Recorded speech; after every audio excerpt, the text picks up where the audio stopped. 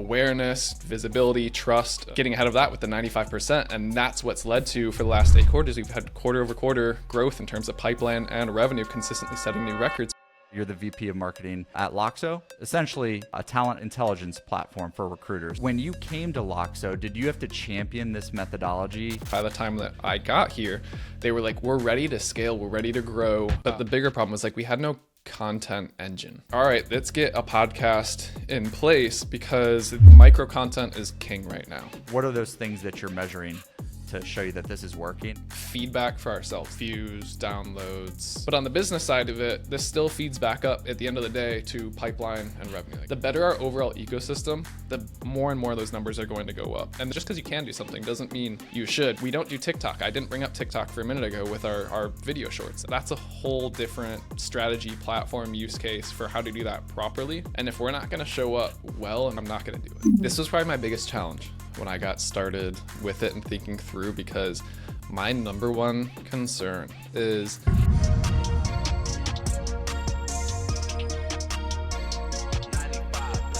Sam, welcome to the show, man. yeah, looking forward to it. I'm glad, as we were just saying right before, I was glad that you guys are finally starting to launch your own podcast, because this would be the one that I would want to listen to when I was starting ours. 100%. Yeah, sometimes it's a little bit of the cobbler, kids have no shoes kind of thing. And so we've created, I don't know, at this point, 300 podcasts or something like that. And we have had one in the past. We did a kind of a seasons-based show with that, but now we're creating our content pillar. And that's obviously a big part of what I want to talk to you today about, and how you all are doing it at Loxo. But before we kind of get into that, first, I just want to, recognize you and thank you for joining me. I know we've known each other for a little bit of time now. You're one of my favorite follows on LinkedIn, and one of the smartest marketers I know. Like I personally have learned a ton from you, with your LinkedIn content, your newsletter that you just launched fairly recently. And one of the biggest pieces of the things that you teach is demand creation, and demand gen, of course, but the creation side inside of that. And that's obviously what this show is about. This show is about how do you reach the 95% of buyers who are not in market yet with content, through content. And we take that content lens. So this is content for consumption.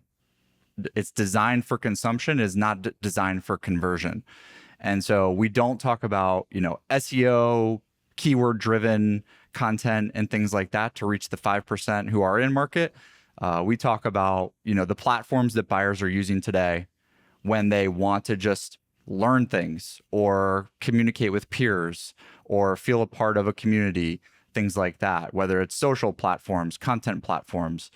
And I know you all at Loxo, have a good, healthy mix of those things going. We've worked together on some of those things as well. And before we dive into it, I will just give a quick bio for you, for those who don't know. So right now you're the VP of marketing at Loxo, which is essentially a talent intelligence platform for recruiters. So you all help recruiters engage and manage the recruiting process when they are sourcing candidates and managing the pipeline of candidates through that means. I know there's a ton more power and features and all that to the platform, but it's an incredible tool. And before that, you were the director of demand gen at Refine Labs, which is obviously a well-known, B2B go-to-market agency, and you were there for a few years. And so, yeah, you've kind of seen it all, done it all, I think, at this point. And so now, I think where we can really start off on this is maybe if we could just get an overview of your, what I'll call 95% content playbook, like, the social channels you're using, the content pillars you're using, and we can just do a quick high level of, what the lay of the land looks like on that. I know you're using, you've got YouTube and your podcast and your social accounts and things like that. But yeah, I'd love to hear what you've got in the mix right now from that standpoint. Yeah. The mix is the fun part, right? And back to your point earlier around just the 95% in general. And that's what a lot of our philosophy stems around is how do you reach this 95%? But also, like, it's 2024. We all know how people buy and research in today's world. So our strategy overarching, I'd say it's like just taking a step back, like take off your marketer hat, take off your GTM hat, whatever you want to call yourself today. Just be an end user for a second. Use common sense. Like when you go to research, when you talk to peers, like how are they going about information gathering and everything else? And that's what we're applying in our own way. And the crux of it really is just like we're not prematurely forcing people into a funnel. That was a predictable revenue model. That's what was so big in 2010s up to early 2020s or so. But really thinking like when people do make purchases today, what are they doing? And it's so much as self-education, their own research, everything else. Like the days used to be, you had to talk to a company to get the information about them. Hey, I want a white sheet. Hey, I want your pricing. Hey, I want references, anything else, because the internet was early days. You didn't have to show everything. And now it's become information's a commodity. Like if you're not going to show me, cool, I'll go find 10 other providers who do. Like I don't want to have to deal with jumping through hoops. I want it easy and everything else. And so that's what we're orienting around is let's make it easy for them to get the information that they want and do it beforehand so it doesn't have to be in a salesy way. But so when they finally do have that pain that is just enough, when their CEO says we have to do XYZ, you come to mind. You're that first group. So when they do become that 5%, it's like you've already won the race. An old colleague of mine at Refine Labs, his name was Tori. He said this phrase that I absolutely loved, and it was win before Google. I'm like, yes, that is exactly what you want to do. And if you're marketing to the 95% correctly, you've won before Google. You've won before that they hit that 5% in market standpoint. So yeah, that's the overarching strategy. But then yeah, it breaks down into different mediums, channels, things like that. So as you mentioned, I'd say we've probably got like 3 big ones right now. It's organic social, our podcast, and then kind of like the YouTube, the video side of things. So do you want to just go like one by one? We can start to break down each of these channels, or what's useful?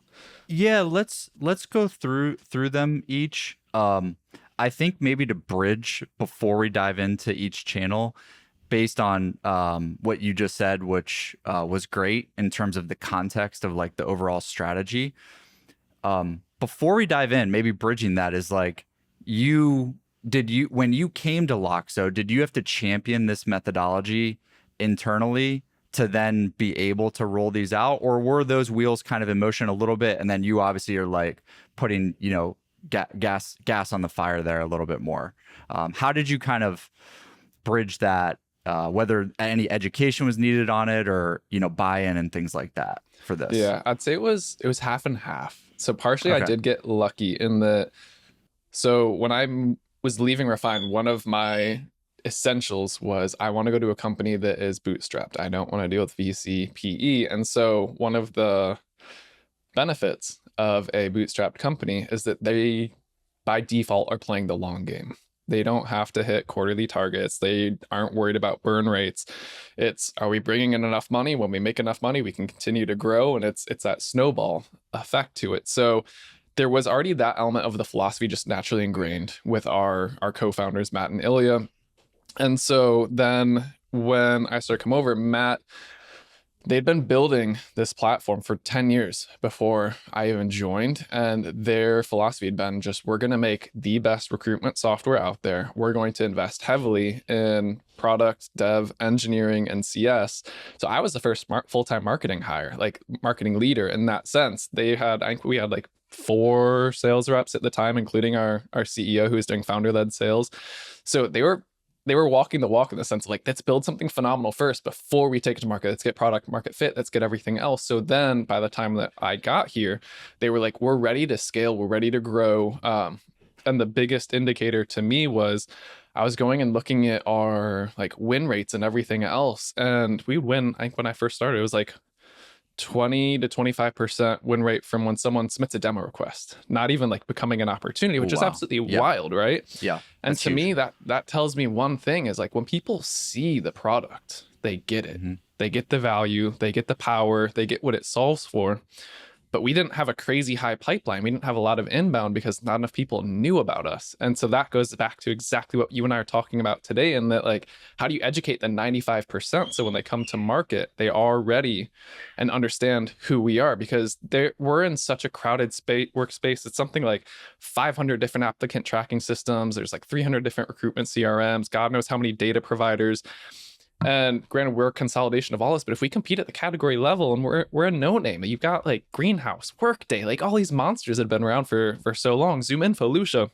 And so we would be fighting an uphill battle if we just tried to go dollar for dollar with these people that have multi-million-dollar marketing budgets. And that's where I was like, I can't compete with them on Google. Like, that doesn't make sense. I could buy those keywords, but it's not worth it. So how do I get ahead of them? Because a lot of them are doing that market to the 5%. Well, how can I beat them ahead of time? And that's where creating this awareness, visibility, trust, authority with what we're doing, and getting ahead of that with the 95%. And that's what's led to, for the last 8 quarters, we've had quarter over quarter growth in terms of pipeline and revenue, consistently setting new records, because we planted this seed that keeps coming to fruition, and that snowball is growing because that's what we started at and that's what we keep doing. So our 5% keeps getting bigger and bigger, so to speak, as time goes on, because we keep hitting those people earlier on. And now they're familiar with us when they do say like, hey, all right, we're ready to switch. We're tired of what we're doing. Something's not working.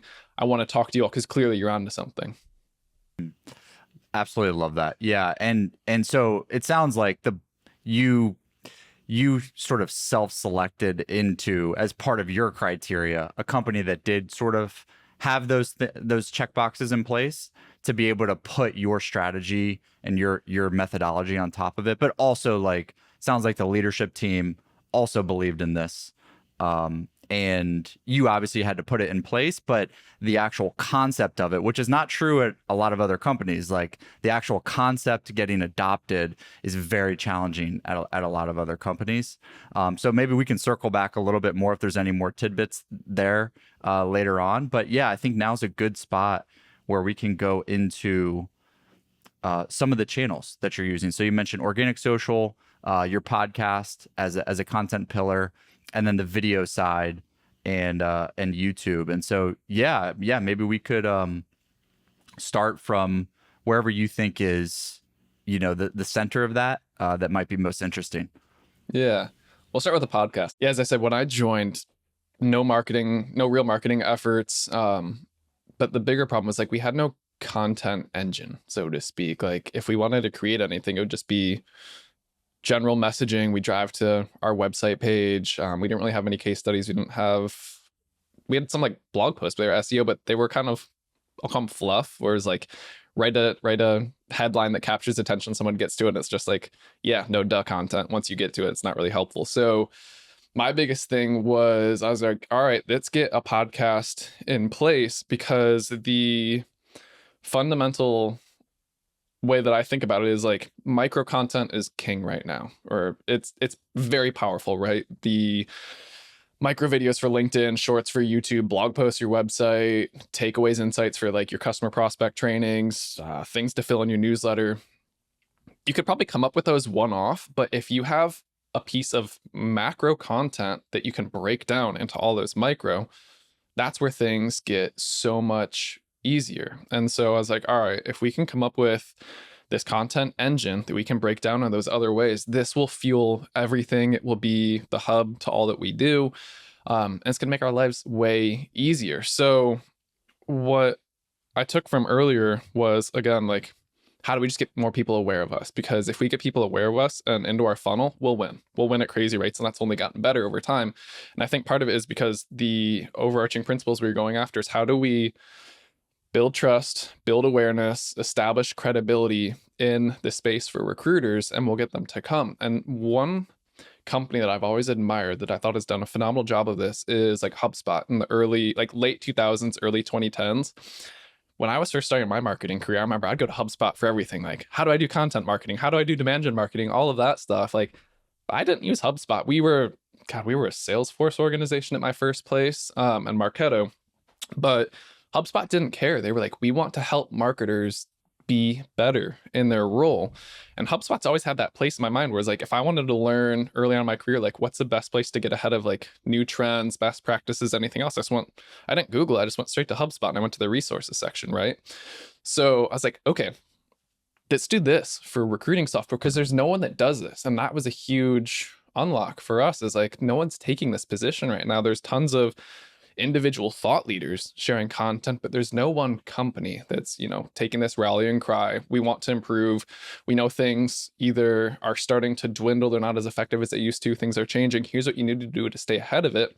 We're like, if we can take up that mantle, get people to come on with us, yeah, we'll win a bunch. We'll win more than we currently were, but that's also the long tail where people are going to start thinking more and more of Loxo. We're going to get more people sharing, talking about us. So taking that approach and then saying, okay, what's the best mechanism to execute on this today? It's the podcast, because that's what we can distribute down into all of those other, as I said, the micro content pieces and everything else. But that is really the center of it all. And what in my first 6 months I was focusing on was basically operational processes and frameworks, which are not the fun, sexy part, but also spinning up what's our podcast strategy, what do we want to do for it, coming up with, it's like all the fun stuff, the name, the targeting, the like overarching messaging principle, how do we want to set it up, all the fun stuff that you know all too well and talk about all the time. But those are my two big things in the first 6 months. I said, if we do these two things well, this is a foundation that we need to properly scale our marketing function as time goes on. That's super fascinating. And obviously something we champion a lot as well. And one thing I would highlight here that you mentioned that I thought was really savvy, which is path to perception. So like your path to perception in your category, you all starting a podcast and sort of an educational content series for recruiters like this is novel, because all these other competitors are not doing it. So your path to perception of like the being perceived the way that you want to be perceived in the market is a lot less competitive with a podcast and with some of this content that you're creating versus like, creating a marketing podcast. Like they're obviously like, I will champion that as a really good strategy still to this day, but your differentiation needs to be much higher, obviously. And the bar is much higher because it's just there's a sea of other shows, big names, big companies in it.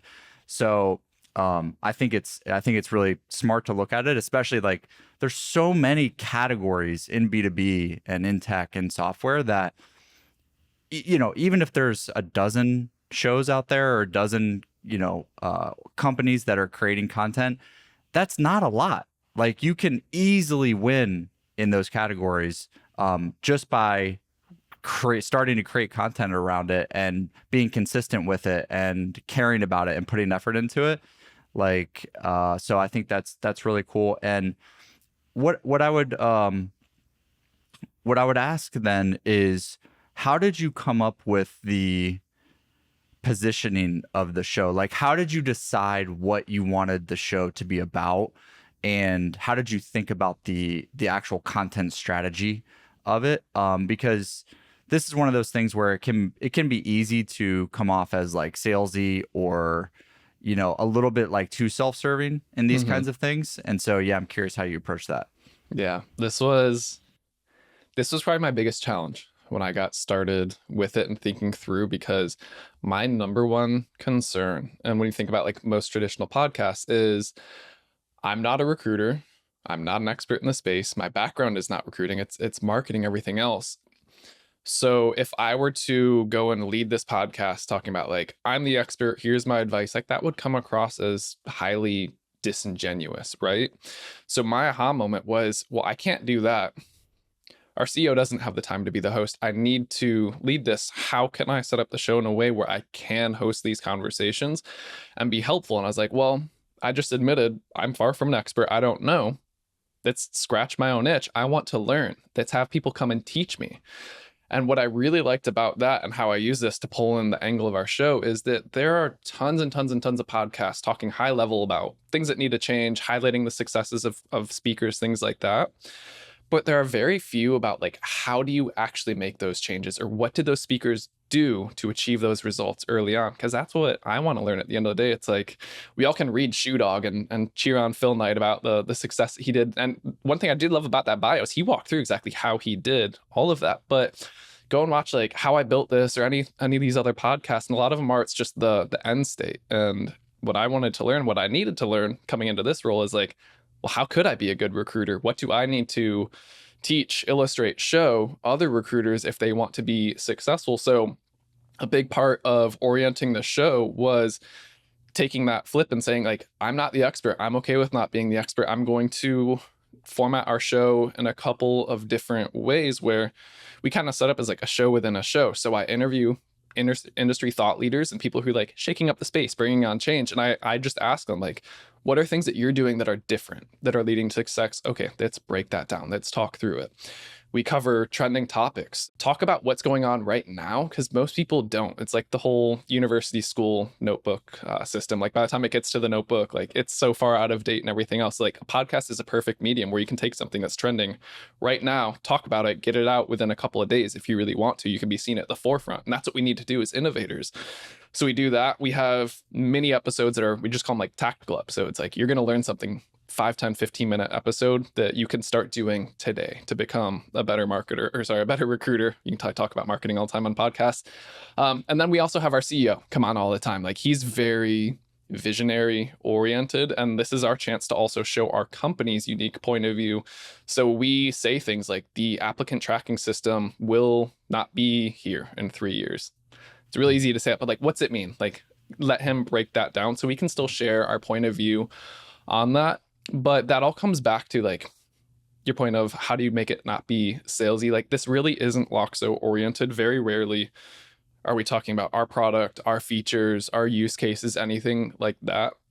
But we talk at a level that any recruiter can benefit from listening, regardless of what tech that they're using. Yes, there will be some things that we'll talk about that it's going to be really hard to accomplish in another piece of tech, but hey, that's kind of part of like the give and take where we're not going to say like you can do this in Loxo, but this is what the most advanced recruitment agencies are able to do when they are using the right tech, the right processes and everything else. So it does create a little bit of that like FOMO instance there, but doing all of that really helps build trust and awareness because it's not just a sales pitch down your throat. It's like, let us help you do better. Let us share what other people are doing. And you're going to want to be like part of this club, so to speak. You don't want to be left behind. And so we're really chasing the early adopters, the people that understand what will come, because the sooner that they get ahead of that, they know the bigger slice of pie they'll be able to get from a vastly saturated recruitment agency space. That's killer. Like, yeah, there's two things that really stood out to me there. One was you are being upfront that you are not the expert in the space. And I think that there is this sentiment a little bit right now that you have to be the expert to be the face of a content series or a show or anything like that. And it's not true. But on the flip side of it, you shouldn't pretend that you're an expert if you're not, and actually just lean into it, which I think is a really smart approach that you had, because it builds trust way more, being upfront about that. And then you can use that point of view to your advantage for every single episode, and taking it like asking the questions because you're saying you're not the expert, that actually a lot of people who have been in the game a long time probably have the same questions, but they feel silly asking them. And so you get to kind of put yourself in their shoes, and champion them in that way. The other thing I really like about your all's approach is the multi-format of your feed. Essentially, you've got many different styles of episodes in the feed. And I think that is a really good approach, because different audience and different listeners have different content preferences. So some folks want just one topic broken down over a short period of time from one person.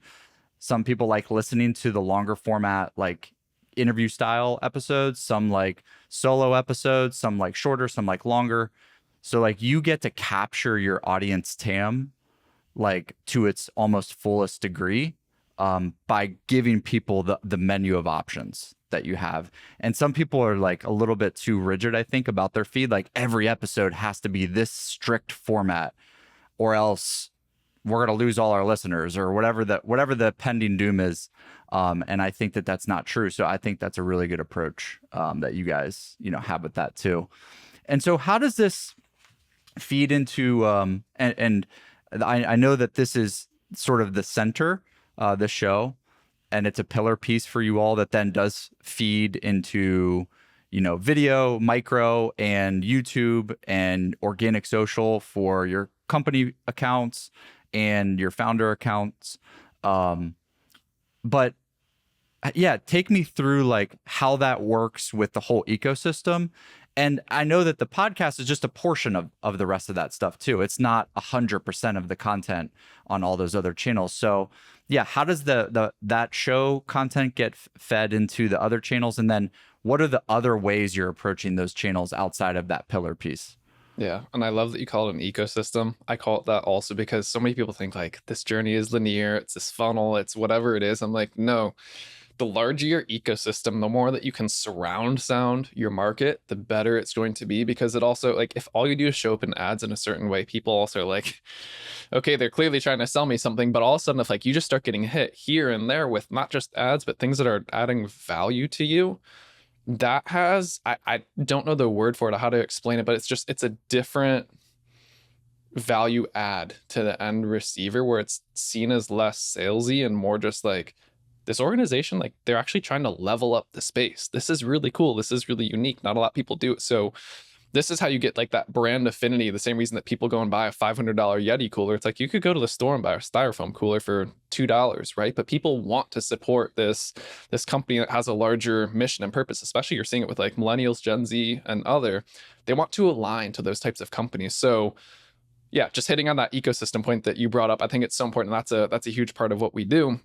But to then, yeah, get into the organic social side of it. So I'd say there's 3 ways that we think about this. One is you have like your company page. 2 is you have your founder's profile. And then 3, you have the rest of your team, employee profiles. So lucky for us, recruiters live on LinkedIn. It's kind of baked into the platform, right? So to speak. So we've been able to easily identify our leading social media platform there. That said, there are still a ton that they use Facebook communities like no other, so we still show up there, and they're all over Reddit too, which is a fun one for us to get into. But I'm gonna kind of focus here on LinkedIn for a minute, just because this is like the 80-20 split of it all. So the videos that we use, we air 2 episodes a week. So when you were saying like, what do you get rigid with? What do you not get rigid with? We're rigid. 2 episodes a week. That's what we do. That's what we stick with. And part of it is just for our overall content, ability to share content left and right. And so every episode we get 1 to 4 micro videos from, just depending on the content, the topic, the guest, who it is. And so what we do with that is each of those micro videos we're pulling out and we're sharing those on our company page. Like that, if someone ever came to Loxo.co, we don't want people to just see on our LinkedIn profile like, hey, we're hiring, we're super pleased to announce we aren't series backed or anything, like Series C announcement, like those things that you see on every company's page. But if someone comes to ours, it'd be like helpful content, things that they can learn. And that's what we wanted to intentionally do. And I'm not going to go deep onto the paid side, but we also use a lot of these as boosted posts. We'll take those from the Loxo page and then we'll just use those as ads. It's a much easier 1-2 punch for us than to post on this page, now go over to LinkedIn ads and then create an ad, create a campaign for all that. We're just like, no, we've got a specific campaign set up within LinkedIn ads, or we can just pull from these types of posts. And so we can leverage, are there any organic posts that just take off, that do really well, or ones that we think are really important and might not have gotten a lot of traction in the beginning, but they're the POV statements that we want to share. They're the things that we want people to think. So we can, to use Chris Walker's word, get some guaranteed eyeballs on content that we want through the paid side of it. So that's one thing we do from the company page, but it's not a huge eyeball driver, so to speak. Like I think we're at 7,000 followers or so, nothing big, but we all know how company page is shown in the feed relative to personal pages. So insert part 2, Matt, our CEO.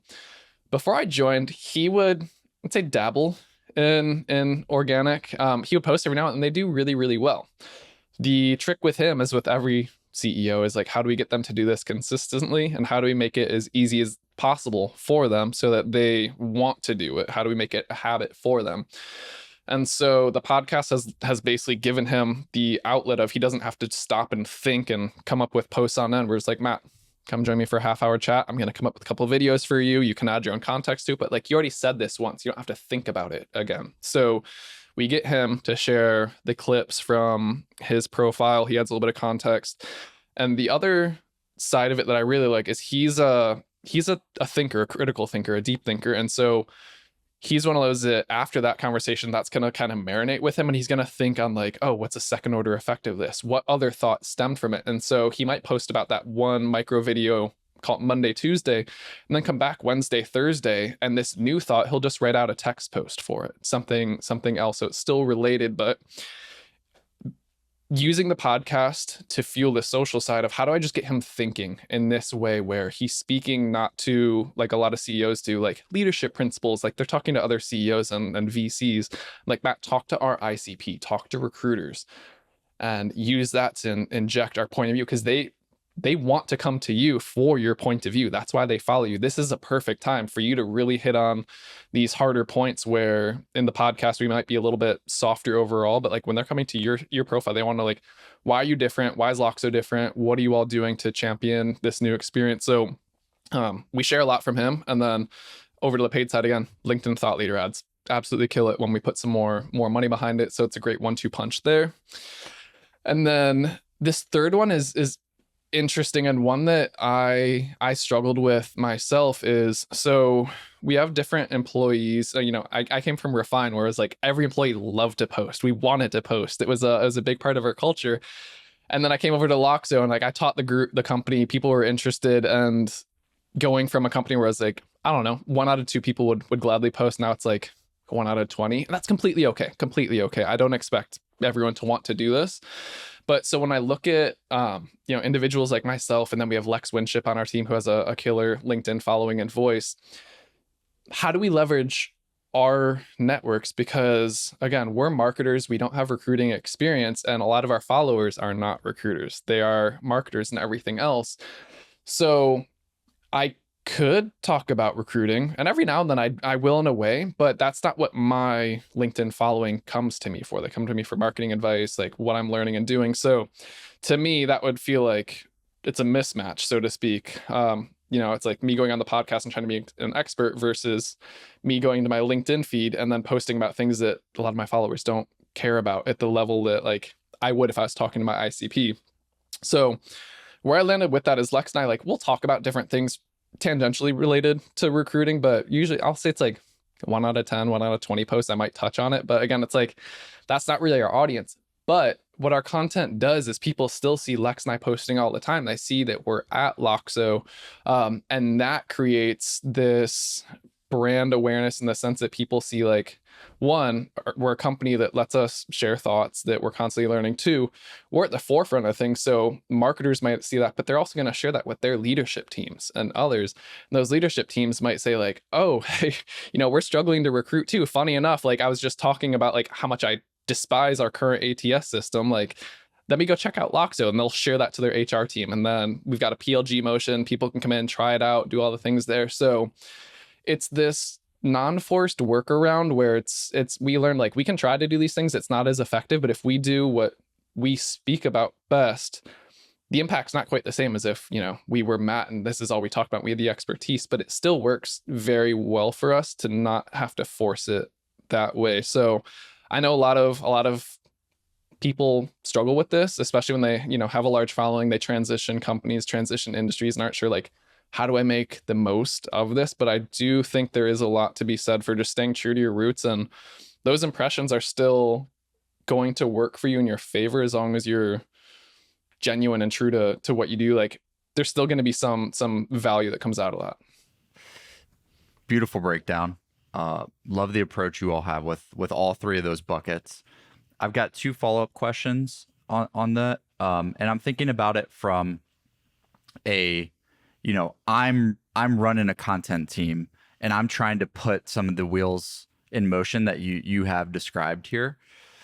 One being, first, would you say that, and this is just my hunch, but would you say that Matt's profile out of those 3 different buckets drives, quote unquote, like the most results for you all from LinkedIn? or would you say that, there's actually a healthy balance between the three, or between Matt and the company page?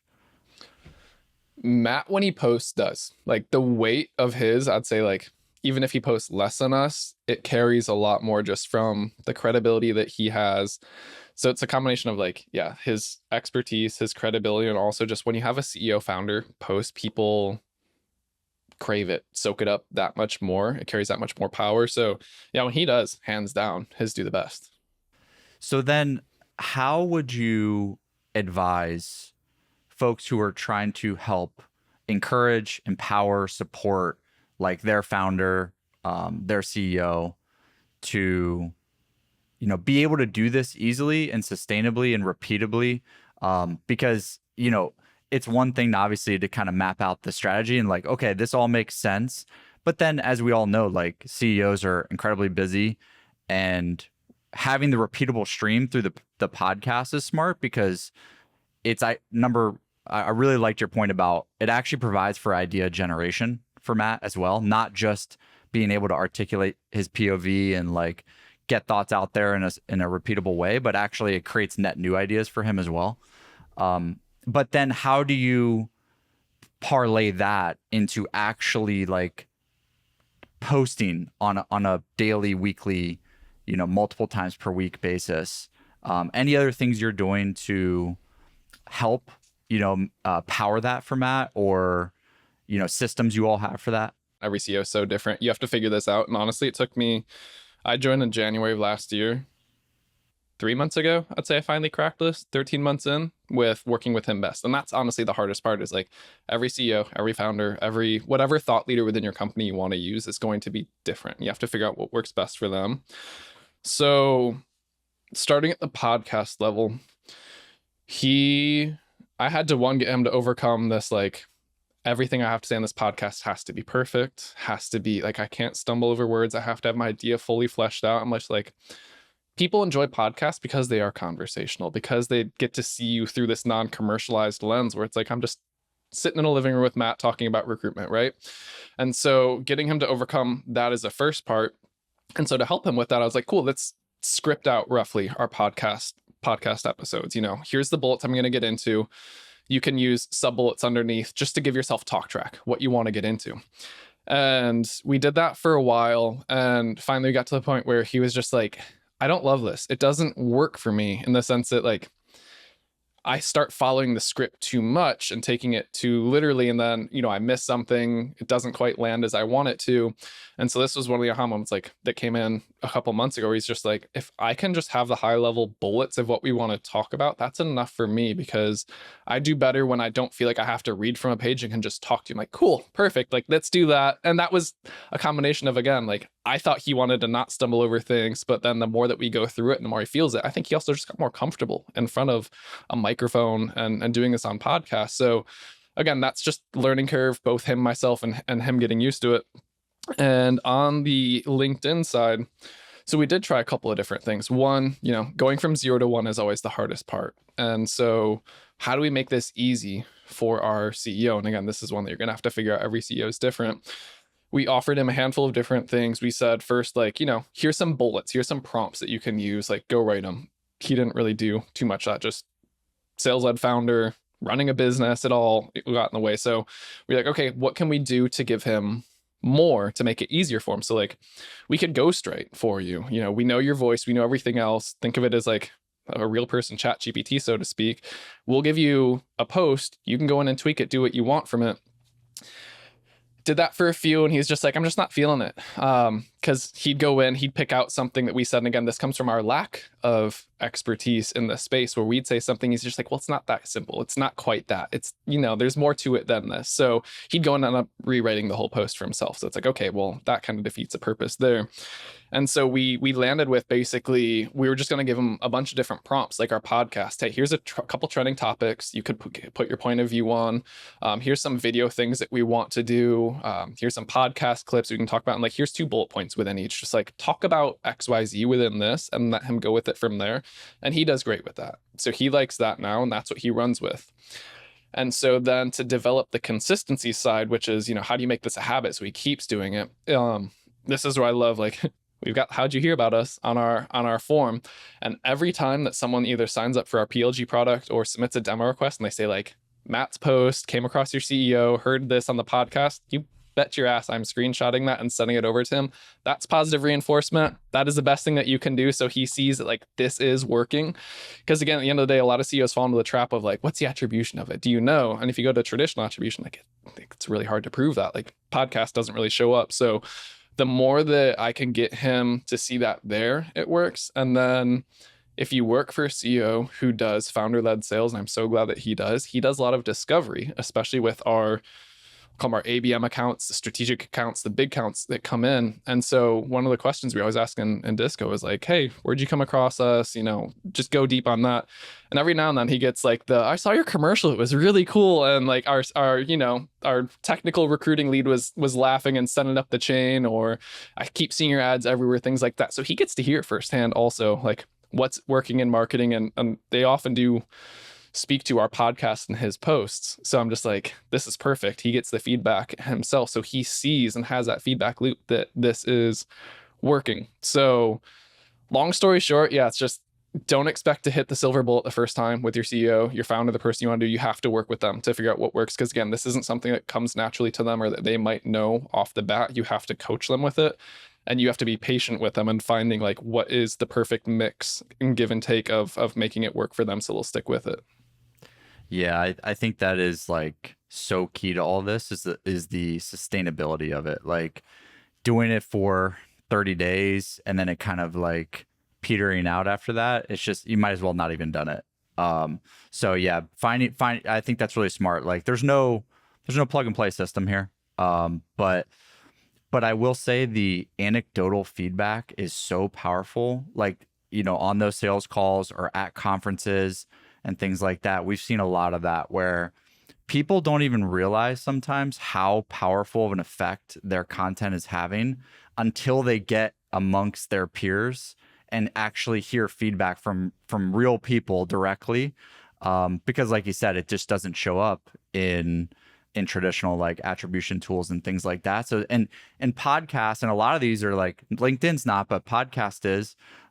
They're like one-way channels. So you're not getting direct feedback all the time. Sometimes it can just feel like you're talking into, you know, a mic and who is anybody listening type of thing. So I think that's a really smart approach to like, you know, setting a to-do list is not as powerful as the person who's doing it, seeing that it's working. And that's going to drive them to, you know, have that internal motivation, you know, to do it themselves. So, yeah, it's a great breakdown. So then, you know, transitioning into the other pieces there. So, how does video and YouTube play into the mix here? Like I was looking at your YouTube channel, looks really good. I know you put the podcast on there as a playlist.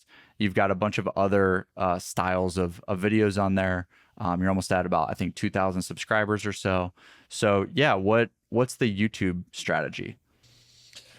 It's still being optimized.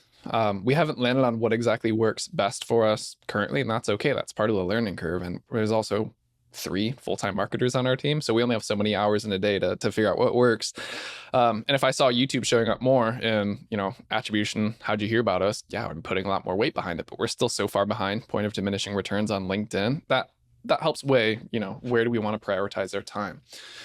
So YouTube though is very interesting, and we have gleaned some super interesting insights there. Haven't cracked the code on getting it. Like we'll get, I don't know, 100 viewers per episode, nothing crazy. But again, this is not the goal of our podcast, is to become the next Joe Rogan, become the next like Lenny's podcast, these monsters with crazy followings. Is 1, we're a niche. 2, this isn't our full-time job dedicating like strictly to this.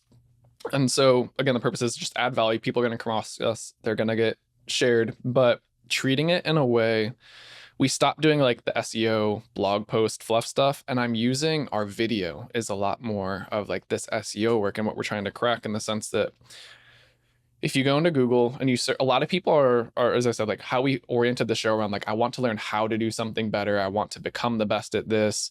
A lot of people go to YouTube now as a search engine. And so how do we capitalize on that and also capitalize on the fact that two parts. One, Google owns YouTube. So think about that for a second. They're obviously going to prioritize YouTube ahead of most other channels. And two, we don't spend on Google Ads paid keywords. Like it's just the ROI isn't there for us. We're bottoms up on it. So really our only play is like we could do SEO keyword stuffing, or we could think about video and leveraging the podcasts that we have. So separate from the blog posts that we can pull from the podcast, we take these micro videos and put them into YouTube Shorts.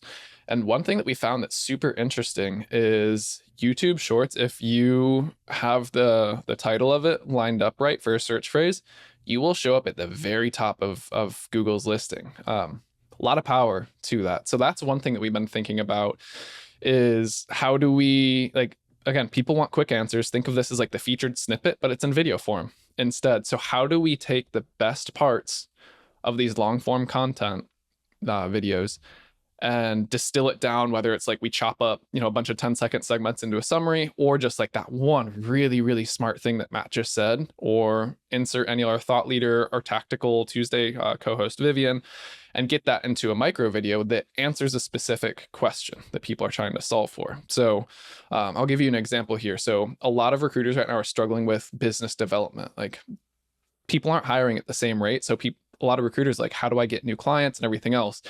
And there is a tactic called MPC recruiting, most placeable candidate, where basically you have this like A++, you've got, Steph Curry, who of best recruiter, best marketer in the world, that you are basically going and kind of like dangling him in front of all these different companies to say like, hey, I've got this killer marketing candidate. I saw you're hiring for a marketer, would love to chat with you. And they're using that as the foot in the door.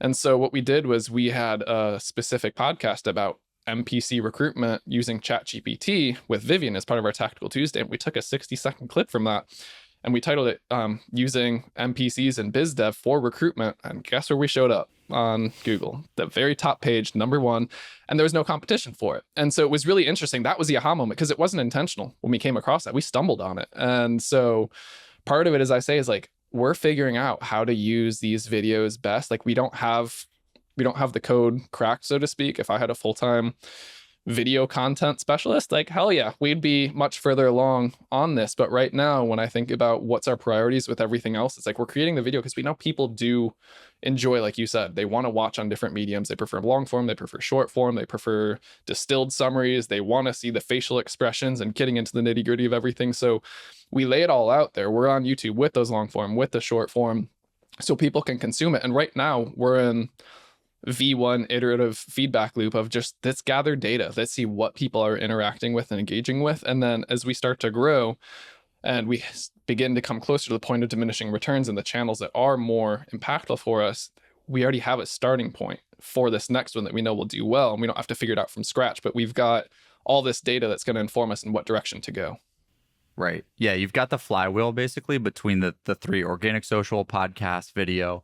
But you're prioritizing right now like the 80-20 of the focus, but still keeping the flywheel in play so that you're not starting from scratch when you do move the focus to, okay, we've been tinkering with YouTube for a while. Now let's really put our focus there because the LinkedIn playbook is down really solid. Now we can move to the next thing. I love the insight with YouTube Shorts. I actually think a lot of people sleep on that, especially in B2B, the short strategy. Like YouTube long form and mid form which is like the standard YouTube style, are probably the most competitive, hardest to actually execute on because there's so much that goes into it. The packaging, the thumbnail, the description, the titling, all of that stuff. Shorts is much less competitive. Even just from that standpoint, from consumption on the platform, let alone what you were talking about, which is showing up, on the first page of Google for a keyword that you would have had to, compete with 500, of deep-pocketed competitors to land on. So, yeah, because with YouTube Shorts, I mean, you don't need a thumbnail.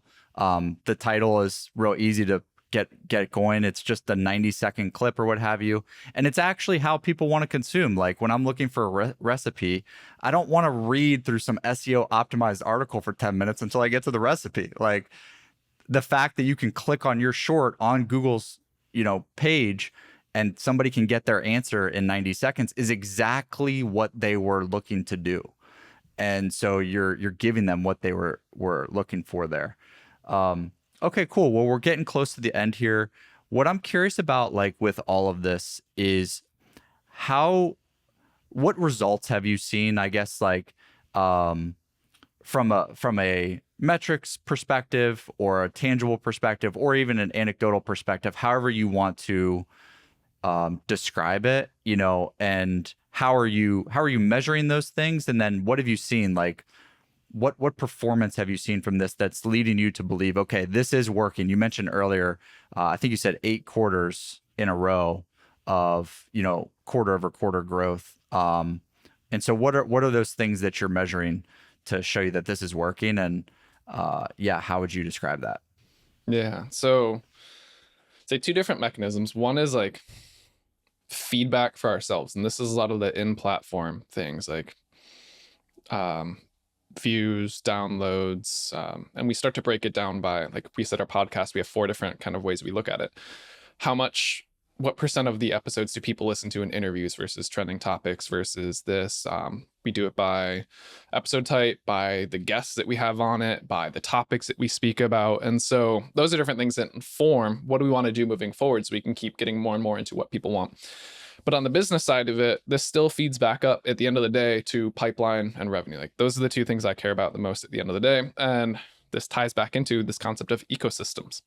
The better our overall ecosystem, the more and more those numbers are going to go up. And this doesn't mean go and throw a bunch of shit in your ecosystem, because just because you can do something doesn't mean you should. Be very intentional about that, because if you also spread yourself too thin, we don't do TikTok. I didn't bring up TikTok for a minute ago with our video shorts. That could be very easy for us to do, but that's a whole different strategy, platform, use case for how to do that properly. And if we're not going to show up well and representing our brand how we want to, I'm not going to do it until we can do it properly. So our ecosystem, so to speak, like this all fuels the pipeline and revenue side of it. And so, yes, we can go and look at self-reported attribution. People show up like podcast, Matt's post. We'll start to see that more and more, and we do track it. But at the end of the day, it's part of it's just it's like the art balances with the side of it. You just have to understand that there's so many variables at play here that you can't account for every single touch point along the way. But the more and more that you start to hear it, the more that you have BDRs and the AEs, when they cold call someone, say like, hey, this is Sam from Loxo. And the person's like, wait, who are you? Where are you calling from? They're like, oh yeah, Loxo, I know all about you. Like the more that starts to happen, the more our CEO gets on these calls and people are like, I feel like I already know you already. You don't have to pitch me on Loxo. You don't have to pitch me on the point of view. I agree. Like the ATS will be dead in 3 years. I know this. You've sold me on it.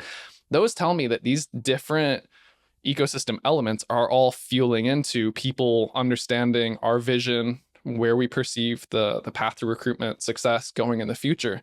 That's what fuels our overall pipeline growth, because people wouldn't be coming to us. And a lot of this is inbound specifically. They wouldn't be coming to us if they didn't believe that, if they didn't want that for their organization. So hearing it and seeing it from us, that's what all of this feeds into. So I'd say like the simplified version really is kind of those 3 metrics, so to speak. Yeah. I totally agree. And that's the challenge of that's the challenge and the opportunity right now for the folks who are seeing this shift in how buyers buy, how people are consuming content, how they've made a decision. 90% of their decision is made before they've ever inbounded to anybody and started vetting options. Like the more people are believing in that, right now, the better advantage they're going to have, because there's still a huge amount of companies that either aren't aware or don't believe in that yet, because it can't show up in their traditional attribution model as nice and neat as, Google, Google paid, lead gen ads, things like that. And so really what that means is less competition. It means less competition. Like you said, you have a ton of competitors, but not many are doing this playbook. And so now you've got a huge head start here, and maybe some will start doing it in the future, but it's going to be tough because like if you go look at the podcast charts still to this day, and charts aren't, our charts aren't everything, but they're an indicator. And part of a huge percentage of the shows that are still in the top 10 of their category, whether that be marketing, business in general, or any of the categories, are shows that were just started 8 years ago and they just never stopped. And so a big part of that is like they capture the majority of the audience in the early days because there's less options. And then people just out of habit and just preference, they stick with them, even when more entrants come. So part of the game here is just being early, honestly. Out executing is huge, of course, but like literally just by the fact of being early, you can really give yourself a nice advantage. So yeah, this has been great, Sam. Thank you for taking us through that.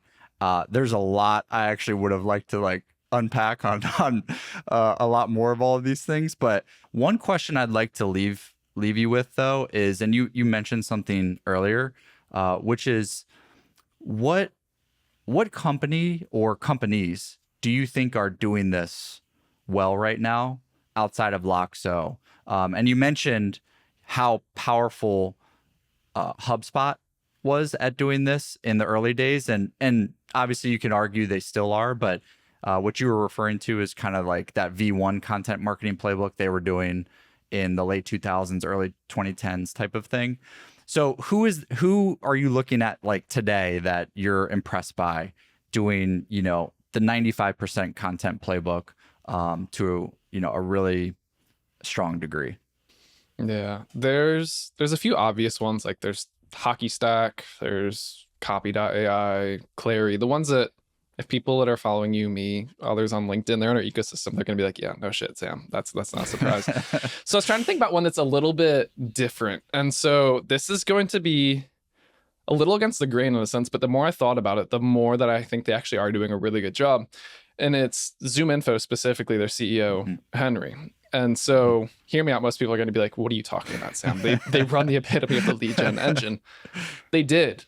They've been around for a while. They ran that engine when it was popular, but they are starting to bridge the gap from lead gen to demand gen, and they are a monster company. Remember that. So making this pivot is, one, it's not easy. Two, it's going to take time, but three, they're doing it. Like they are doing it. So like they just did a video parody video the other day they launched it. It's like a brand video on the gold rush of 1849 and talking about like data is the new gold and everything else. So one, like they're getting into just the like, what do they do? How do people understand what they are? Like have a little fun with it.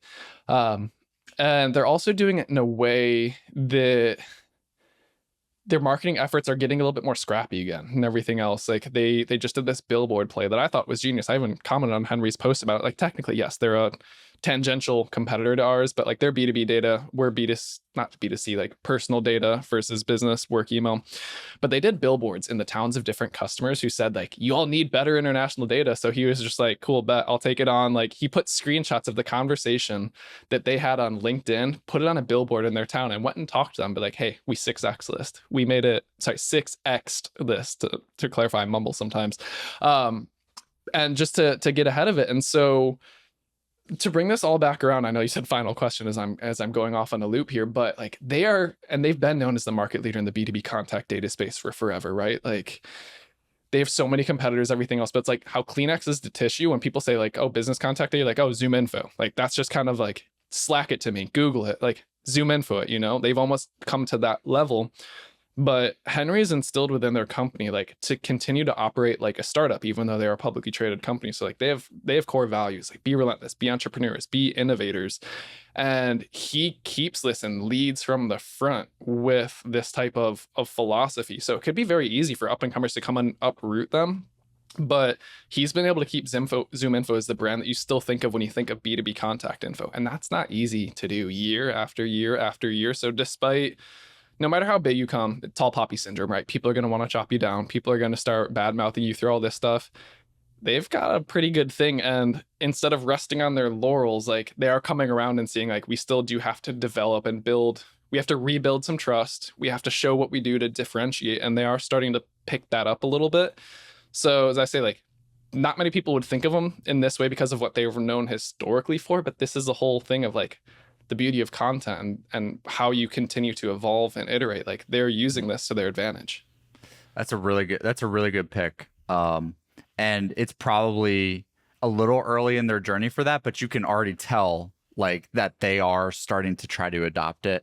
And it's smart. I mean, like especially the leading from the front, piece. It's like, I think you'd be hard pressed to find a successful transition to this, or even, even just trying to adopt this in general, unless the founder or the CEO or other executive team members are actually doing it themselves. It's like Tesla and Elon. It's Brian Chesky and Airbnb. Like, the best cases, the best examples of all of these are the people who are doing it on their own profiles, clearly clearly believing in it and spending time on it.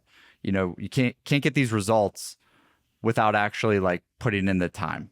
And so that, that starting at the top is really important. So yeah, that's a great one. I'm going to go study up a bit more on ZoomInfo's strategies lately. Awesome.